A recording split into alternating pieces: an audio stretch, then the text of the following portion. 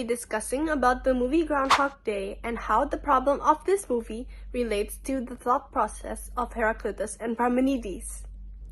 First of all, the movie is about the main character Phil, who is narcissistic, rude, and believes that the world revolves around him.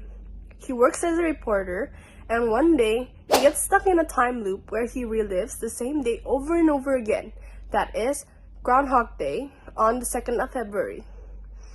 At first, he tries to get out of this time loop, but soon, he begins to learn how to live a meaningful life from this. The main problem of this movie is why is he stuck in a time loop, and how is he able to get out of it? Although the movie doesn't answer this question, we can discuss it using philosophy, based on the thought process of Heraclitus and Parmenides.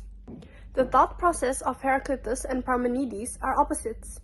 Heraclitus believes that everything is constantly changing.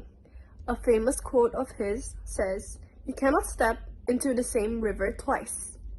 On the other hand, Parmenides believes that change is an illusion and that reality is never changing.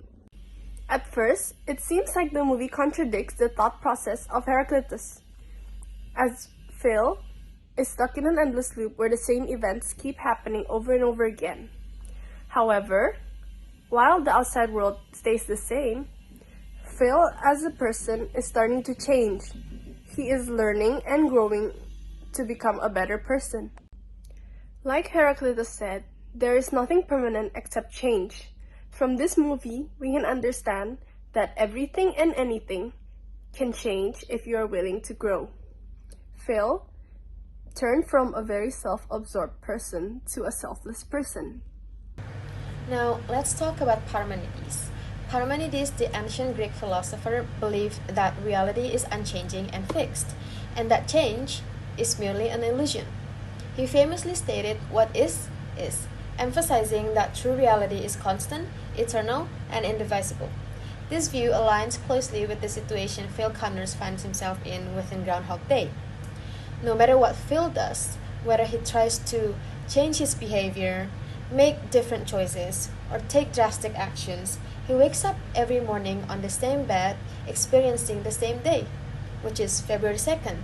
In this sense, the world Phil inhabits appears to reflect Parmenides' reality, a fixed, unchanging cycle with no escape.